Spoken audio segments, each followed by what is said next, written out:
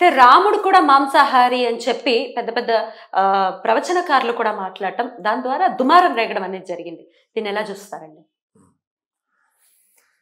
రాముడు ఏం తిన్నాడు అడవిలో అవన్నీ రామాయణంలో చెప్పబడింది. మనం ఏదైనా మాట్లాడాలంటే అథెంటిక్గా మాట్లాడాలి. వాల్మీకి రామాయణం అథెంటికేషన్, అది మనం మాట్లాడాలి. రాముడు అక్కడ దొరికే వనవాసము అంటే కందమూలాలతో జీవించడం. కందమూలాలు అంటే ఏంటండి? భూమి లోపల దొరికేవి ఫలాలు, కందమూలములు, భూమి లోపలవి ప్లస్ ఫలాలు. లక్ష్మణుడు తెచ్చిచ్చేవాడు. రాముడు ఏదో ఒక దుంపని పిండి చేసి వాళ్ళ నాన్నగారికి పిండ ప్రదానం చేశాడు. బియ్యాలు, ఆ బియ్య పిండిలో అవన్నీ అక్కడ దొరకవు కాబట్టి ఇది రామాయణంలో మెన్షన్ చేశారు. పోనీ వాళ్ళు అనుకున్నట్టు ఇఫ్ ఇట్ ఈస్ ట్రూ, రాముడు మాంసాహారం తిన్నాడు, మేము తింటాం. మరి రాముడు బ్రిడ్జి కట్టి నువ్వు కట్టు. రాముడు మాంసాహారం తిన్నాడు, నువ్వు నమ్మేవుగా. మరి రాముడు బ్రిడ్జి కట్టి నమ్మవా? అది నమ్మం. నీకు కావాల్సిన ఒకటి తీసుకుంటావు ఏంటి? KFCలో ఆర్డర్ ఇచ్చేయడానికి. కాబట్టి ఇది కాదు. తినలేదు అని అంటారు, తినలేదు రాముడు అని. రామాయణం మాట్లాడారు. రామాయణం ఏం చెప్తాను, మీరు చెప్పండి. రామాయణం ఏం చెప్తాను? నేను విన్నదైతే రాముడు కందమూలాలతో జీవించాడు, తినలేదు. రైట్. అయితే ఇందాక అడిగినటువంటి ప్రశ్న, అసలు చరిత్ర కాదు ఇది, ఓన్లీ అభూత కల్పన రామాయణం, కానీ ఈ ఇతిహాసాలు ఏవైనా కూడా అనటాన్ని ఎలా చూడండి. చరిత్ర ఏంటి? నువ్వు చెప్పు. పేపర్ మీద ఉన్నది ఏదైతే డేట్ ఎప్పుడు జరిగింది అని మెన్షన్ చేయండి, డేట్ ఎప్పుడు జరిగిందో అని అడుగుతూ ఉంటారు. మన కార్బన్ డేటా ఓకేనా నీకు? డేట్ కార్బన్ డేటా ఓకేనా?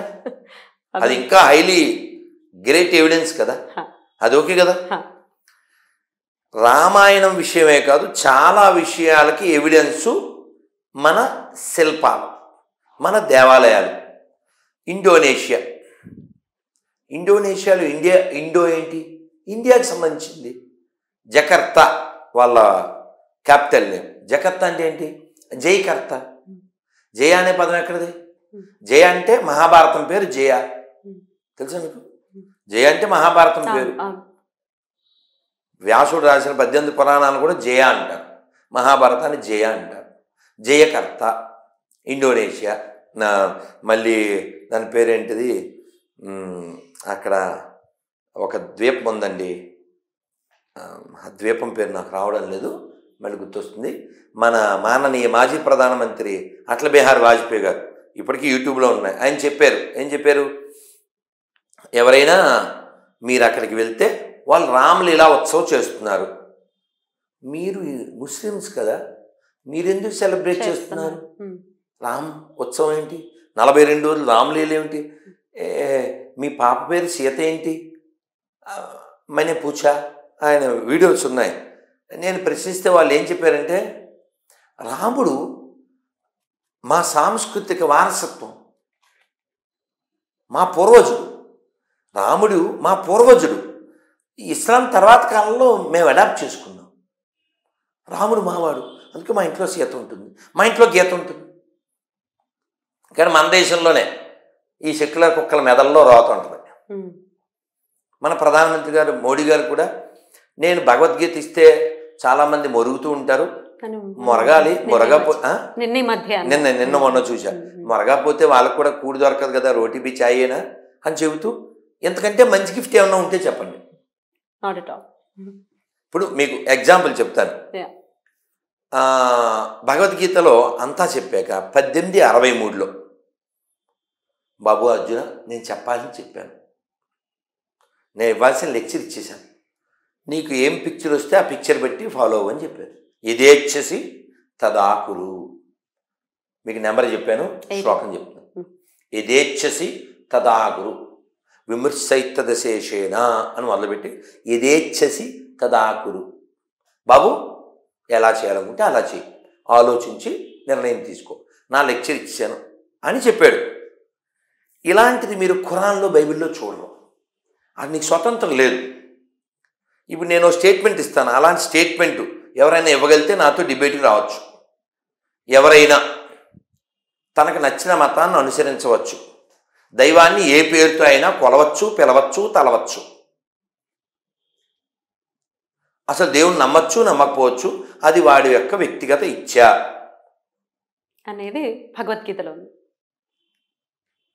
కృష్ణుడు మెడ మీద కత్తెట్టి ఇంత లెక్చర్ ఇచ్చాను, నేను చెప్పింది చేయలేదనుకో నీ పిల్లల మాంసం నీతో తినిపించదను అని యెహోవాలాగా నిర్గమకాండం అని ఉంది బైబిల్లో. అందులో చెప్పాడు అతను, నా సొంతం ఏం లేదు, కాబట్టి బైబిల్లో నిర్గమకాండం కొట్టండి. మీ పిల్లల మాంసం మీతో తినిపించదను, పురుష స్పర్శ ఎరిగిన ప్రతి స్త్రీని మీ కొరకై అట్టి పెట్టుకోండి. ఇప్పుడు నేనున్నానమ్మా యాజ్ ఏ హిందూ, మీరు మనం ముగ్గురం ఇక్కడ ఉన్నా మనం చెప్పచ్చు, నేను నమ్మిన శివుణ్ణి, నేను నమ్మిన కృష్ణుణ్ణి, నేను నమ్మిన రాముణ్ణి, నేను నమ్మిన అమ్మవారిని, ఇతరులు నమ్మకపోయినా పర్వాలేదు. నిన్నే గొర్రె పేరు క్రీస్తురాజు అని విజయవాడ నుంచి చేశాడు. సార్ మేము కూడా ఈ క్వశ్చన్కి ఆన్సర్ చెప్తే హిందువులు అయిపోతాం సార్ అన్నాడు. నేను రిప్లై ఇచ్చాను, ఇప్పుడు అన్నీ వెతికి మీ బోల్డ్ అంతా చాటింగ్, అది చాట భారతం అని చాటింగ్ ఉంది. నేను అతనితో చెప్పా, వద్దు నాన్న నువ్వు గొర్రెలాగే ఉండు, నిన్ను రమ్మనెవడన్నాడే, నిన్ను రమ్మనెవడన్నాడు, నువ్వు రావట్లే, నువ్వు గొర్రెలాగే బతుకు, మేము అలా అడగట్లేదు నిన్ను, ఓ మాట చెప్పు. ఏంటి ఆ మాట అంటే, ఇదే ఇప్పుడు చెప్పిందే, నేను నమ్మిన దైవాన్ని నువ్వు నమ్మకపోయినా పర్లేదు, నీతిగా జీవించు. ఈ మాట ముస్లిమ్స్ క్రైస్తవులు చెప్పేస్తే మొత్తం ప్రపంచం ప్రశాంతం అయిపోద్ది. అందరూ రాముని నమ్మక్కర్లేదు. నేను అతనితో చెప్పా, క్రీస్తుతో ఏమని చెప్పా అంటే, మా కాన్సెప్ట్ అది కాదు, నువ్వు హిందూ అయిపో, లేకపోతే నువ్వు అదైపో ఇదైపో, అది ఇస్లాం ప్రకారంగా ప్రపంచంలో అందరూ ముస్లిమ్సే ఉండాలి, అది ఖురాన్. కావాలంటే ఏ ముస్లిం ఉన్నా అడగండి. దారుల్ హరాబ్, దారుల్ ఇస్లాం. మీకు ఇందాక అసదుద్దీన్ ఓవైసీ గురించి చెప్తూ ఉన్నప్పుడు అతను చెప్తున్నాడు, అయ్యో అక్కడ మన మసీదు ఉండేది, అది లేదు అని చెప్పి. ఎంత నీతిమాలిన మాటలండి. ఈ దేశంలో మన పూర్వీకులు కొన్ని వందల వేల దేవాలయాలు కూలగొట్టి మసీదు కింద మార్చారు. మనం ఇప్పుడు బయ్యాలం కాబట్టి మనమే స్వతంత్రంగా ఆ గుళ్ళు వాళ్ళకి ఇచ్చేద్దాం, అది కదా బయ్యా లక్షణం కదా. తైమూర్ అనేవాడు దొంగ, 1,00,000 మందిని ఒక్కరోజు నరికినోడు, వాడి పేరు ఎవరు పెట్టుకున్నారు అనుకుంటున్నావు? లవ్ జిహాద్కు గురైన కరీనా కపూర్ కొడుకు. వాడి పేరేంటి? తైమూర్ కాదు, మొగుడు పేరు సైఫ్ అలీ ఖాన్, రావణాసురుడు, రావణుడు కదా. విషయం ఏంటంటే, మనకి చరిత్ర తెలియకపోవడం వలన దొంగల్ని అక్బర్ ది గ్రేట్ అంటాం, టిప్పు ది గ్రేట్ అంట. టిప్పు వాళ్ళ నాన్న పేరేంటి? టిప్పు వాళ్ళ నాన్న ఈ తిరుపతి పక్కనే శ్రీనివాస మంగాపురం, అక్కడ తిమ్మప్ప దేవాలయం కూల్చింది అతనే. ఇప్పటికీ ఆ శకలాలు అలాగే ఉన్నాయి. మన గవర్నమెంట్ ఆఫ్ ఏపీ అక్కడ పెద్ద ఇస్లామిక్ యూనివర్సిటీ కట్టించింది. మన దేవాలయాలు కూల్చేసి అక్కడ మసీదులు కట్టేసి మనకు బయ్యాలు ఎలా అవుతారు నాకు అర్థం కాదు. ఇప్పుడు అవన్నీ ఎందుకు? పోనీ ఎక్కడెక్కడో వద్దు, రాజమండ్రి వెళ్ళు అమ్మ, రాజమండ్రిలో వేణుగోపాల స్వామి గుడి నేను లోపలికి వెళ్ళా, బయట నుంచి కాదు, లోపలికి నేను వెళ్ళి ఓ 25 ఏళ్ల క్రితం అక్కడ రేహాలు తెచ్చుకున్నా. రేహాల్ అంటే బుక్ స్టాండ్, అది గుడి. అది మీరు ఎక్కడైనా మసీద్ మీద కట్టిన గుడి చూపించండి. మాకు ఉన్న గుళ్ళే మెయింటైన్ చేయాలని చేస్తున్నాం, మసీద్ మీద గుళ్ళు మాకెందుకు కదా. రాముడికి అయోధ్యకి సంబంధం ఉంది, with reference from Ramayan, proven by a blind saint call Rambhadra Swami. ఎలా ప్రూవ్ చేశారు సార్ ఆయన? రామాయణం ప్రకారం ఒక్క సింపుల్, అంటే అంతా చెప్పలేను. ఆయన అడిగారు కోర్టులో, ఎలా, ఇదే మీ క్వశ్చనే. అడిగితే అయోధ్యలో సరయూ నదికి ఇంత దూరంలో రాముల వారి ఇల్లు ఉంది, దశరథుడి ప్యాలెస్, మీరు చెక్ చేసుకోండి, కొలుచుకోండి అని చెప్పారు. కొలిచారు. పోనీ ఇవన్నీ పక్కన పెడదాం, ఇప్పుడు ఈరోజు 2024 జనవరి 10వ తారీఖు కూడా, జనవరి 11వ తారీఖు కూడా ఎక్కడన్నా తవ్వండి, ఏ భూమి పూజకో. మొన్న తమిళనాడులో తవ్వుతుంటే ఇంత వెంకటేశ్వర దొరికాడు. ఈ దేశంలో ఇస్లాం సంబంధించిన గుర్తులు ఎక్కడా దొరకవు, క్రైస్తవానికి సంబంధించిన గుర్తులు ఎక్కడా దొరకవు. ఎందుకంటే ఇవి రెండు మన దేశాన్ని ఆక్రమించడానికో లేదా దోచుకోవడానికో వచ్చినటువంటివి తప్ప, this both religions not related to India. On this context ఒకసారి కేశవ పరాశరన్ గారికి కూడా అభినందనలు అమ్మో తెలియజేయండి. దండం పెట్టాలి. మనం సాష్టాంగం చెయ్యాలి. 92 ఏళ్ల వృద్ధుడు వాదించారు. ఆయన వాదించినప్పుడు యాజ్ ఏ లాయర్, సార్ కూర్చోండి సార్ పెద్దవారంటే, నా రాముడి విషయంలో నేను కూర్చుని ఎలా మాట్లాడతాను? నుంచునే వాదించేవారా? మరి చెప్పేది ఏమిటి? బాబా పెద్దవాడు, జడ్జి కూడా వయసులో చిన్నవాళ్ళు, సార్ మీరు పెద్దవారు కూర్చుని మాట్లాడుతుంటే, ఇది రాముడి విషయం, నా రాముడి విషయం, నేను కూర్చుని ఎలా మాట్లాడతాను? అలాంటి మహానుభావులు పుట్టిన నేల మీద పుట్టి నేను ఎందుకు ఎంత ఫైర్ అయిపోతున్నాను అంటే, ఇప్పుడు సారీ నా జేబులో లేవు, నేను కార్డ్స్ ఇస్తుంటాను ఎవరికైనా. కార్డు మీద విశ్వనాథ సత్యనారాయణ గారు ఉంటారు, లేదా టంగుటూరి ప్రకాశం పంతులు గారు ఉంటారు, లేదా ఆదిభట్ల నారాయణ దాస్ గారు ఉంటారు, లేదా పొట్టి శ్రీరాములు గారు ఉంటారు, ఓ త్యాగరాజ స్వామి వారు ఉంటారు, లేదా ఒక అన్నమయ్య ఉంటారు. వీళ్ళు కదా మనకు ఆదర్శం. ఓ డొక్కా సీతమ్మ గారు ఉంటారు, ఒక అబ్దుల్ కలాం గారు కూడా ఆదర్శమే. నేను ఇందాకే చెప్పాను కదా, we want Abdul Kalam, not Abdul Salim. Correct sir. ఇంకొక ప్రశ్న, జాతకాలను మీరు నమ్ముతారా? నమ్మచ్చా? జ్యోతిష్యం నిజం, జ్యోతిష్యం నిజం, జ్యోతిష్య శాస్త్రం నిజం, అది ఒప్పుకుంటాం. కానీ అది ఎవరు చెప్తున్నారు, వాళ్ళకి అథెంటికేషన్ ఉందా, అది మనం చూసుకోవాలి. చెప్పే అస్ట్రాలజర్కి అథెంటికేషన్ ఎలా చూసుకోవాలి? వాళ్ళ నీతి, వాళ్ళ నిజాయితీ, వాళ్ళ బ్యాక్గ్రౌండ్ బట్టి. మా నాన్నగారు మాకు రాయించారు జాతకాలు, జరిగినాయి. జ్యోతిష్యం మూఢనమ్మకం అని అభివర్ణించే వాళ్ళకి ఏం సమాధానం చెప్పాలి? వాళ్ళు మూఢులు అంతే, జ్యోతిష్యం మూఢనమ్మకం కాదు. ఇప్పుడు నేను ఇప్పుడు జ్యోతిష్యం మీకు ఎలా చెప్పను, 7th సెన్స్ సినిమా చూసారా? చూసాను. దాంట్లో మురుగన్ ఎప్పుడో 15 ఏళ్ల క్రితం చెప్పించాడు. మీరు ఎక్కడో పెద్ద పెద్ద మిషన్లు పెట్టి చెప్పే విషయాల్ని అరుగు మీద బట్టేసుకుని కూర్చుని చెప్పారా మా వాళ్ళు. అప్పుడు వస్తుంది గ్రహణం, చెప్పారా లేదా? చెవిలో పెన్నో పెన్సిలో పెట్టుకుని చెప్పారు కదా. ఒక ర్యాపిడ్ ఫైర్ ఉంది, ఫైర్ బ్రాండ్ కి ఒక ర్యాపిడ్ ఫైర్. అమ్మా ఇది ఒక్కటి కంక్లూడ్ చేస్తా. మా గురువు గారు చెప్పారు, ఒక అబ్బాయి కకూన్లో ఉన్న సీతాకోక చిలుక, train to come out, baffling. వీడు అయ్యో అని అన్నెసరీ కంపేషన్ చూపించి కత్తిరి తెచ్చి కట్ చేశాడు. అది ఇలా ఎగిరింది. Hey I did very good job అని అనుకున్నాడు. అలా ఒక్క ఎగిరి తప్పుని కింద పడిపోయింది. బికాజ్ కోర్స్ పూర్తి అవ్వలేదు కాబట్టి ఫోర్స్ రాదు, సోర్స్ లేదు, కింద పడి అలా కొట్టుకుంటుంది. వాళ్ళ నాన్న వచ్చాడు, వీడు డాడీ అది ఎగరడం లేదు డాడీ, నేను మంచి పని చేశాను కదా అన్నాడు. మరి నువ్వు కైండ్ అనుకుని చేసింది బ్లైండ్ పనిరా, దాని జీవితాంతం డిసేబుల్ చేసేసావురా నువ్వు. అది అందులో ఉండుంటే, ఏది మా గురువుగారు 25 ఏళ్ల క్రితం ఇంగ్లీష్లో చెప్తుంటే నేను తెలుగులో ట్రాన్స్లేట్ చేశాను.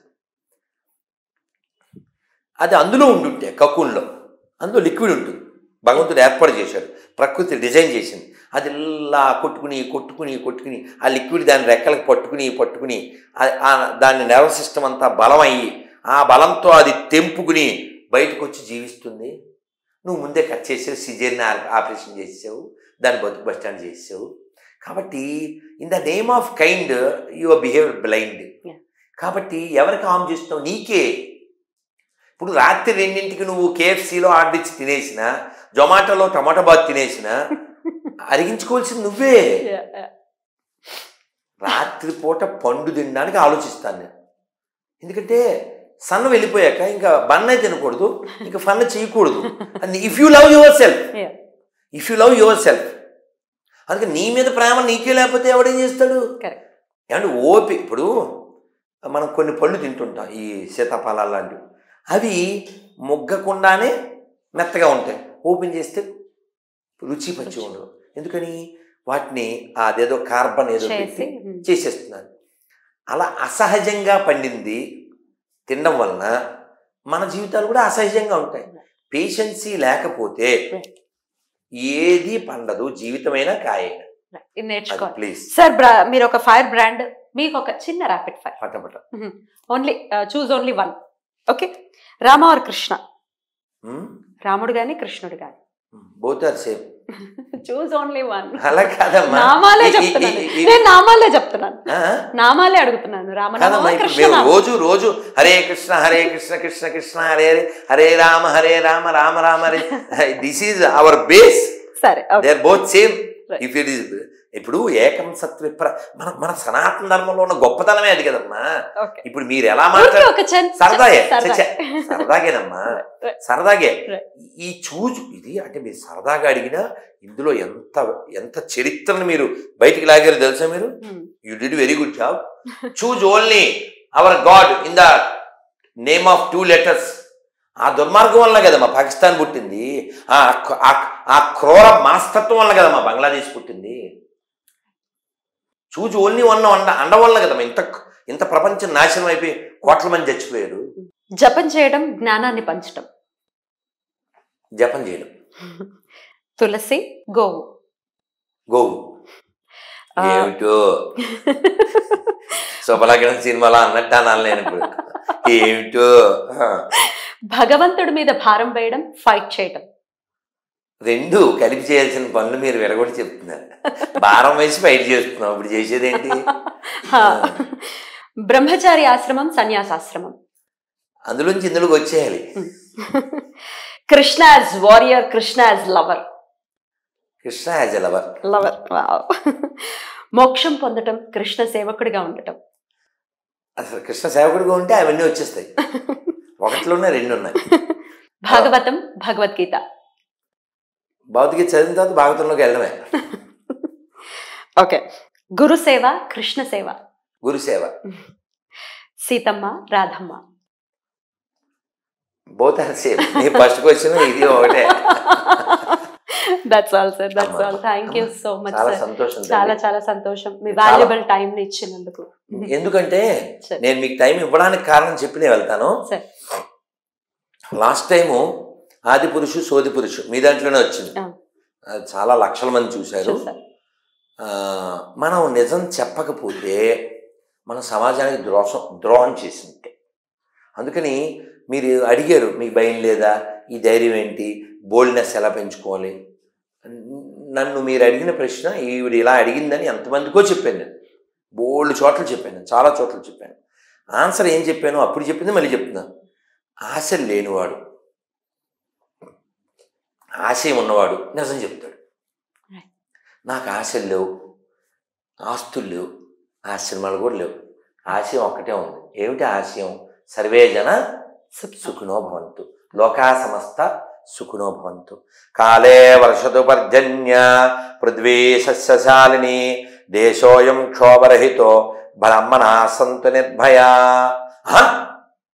దుర్మార్గులు చూసారా, లాస్ట్లో బ్రాహ్మణులు ఒక్కలే బాగుండాలంటున్నారు అనే లపుట్స్కి మరి ఆన్సర్ నేను కాదు, మన పుష్పగిరి పీఠాధిపతి వారితో కాశీలో ఆ లోపల గుడి లోపల కారిడార్లో జరిగిన కార్తీక మాస కార్యక్రమంలో, స్వామి మీరు ఇలా చెప్తే ఓన్లీ బ్రాహ్మలే అని అంటున్నారని అంటారు అని ఆయనతో ఆన్సర్ చెప్పించా. మంచోడే, అబ్బే మా నాన్న అక్కడే మంచోడు, మీ నాన్న అతుకోరు, ఎందుకది ఆ మతం మాకొద్దు, ఆ మతమే వద్దు.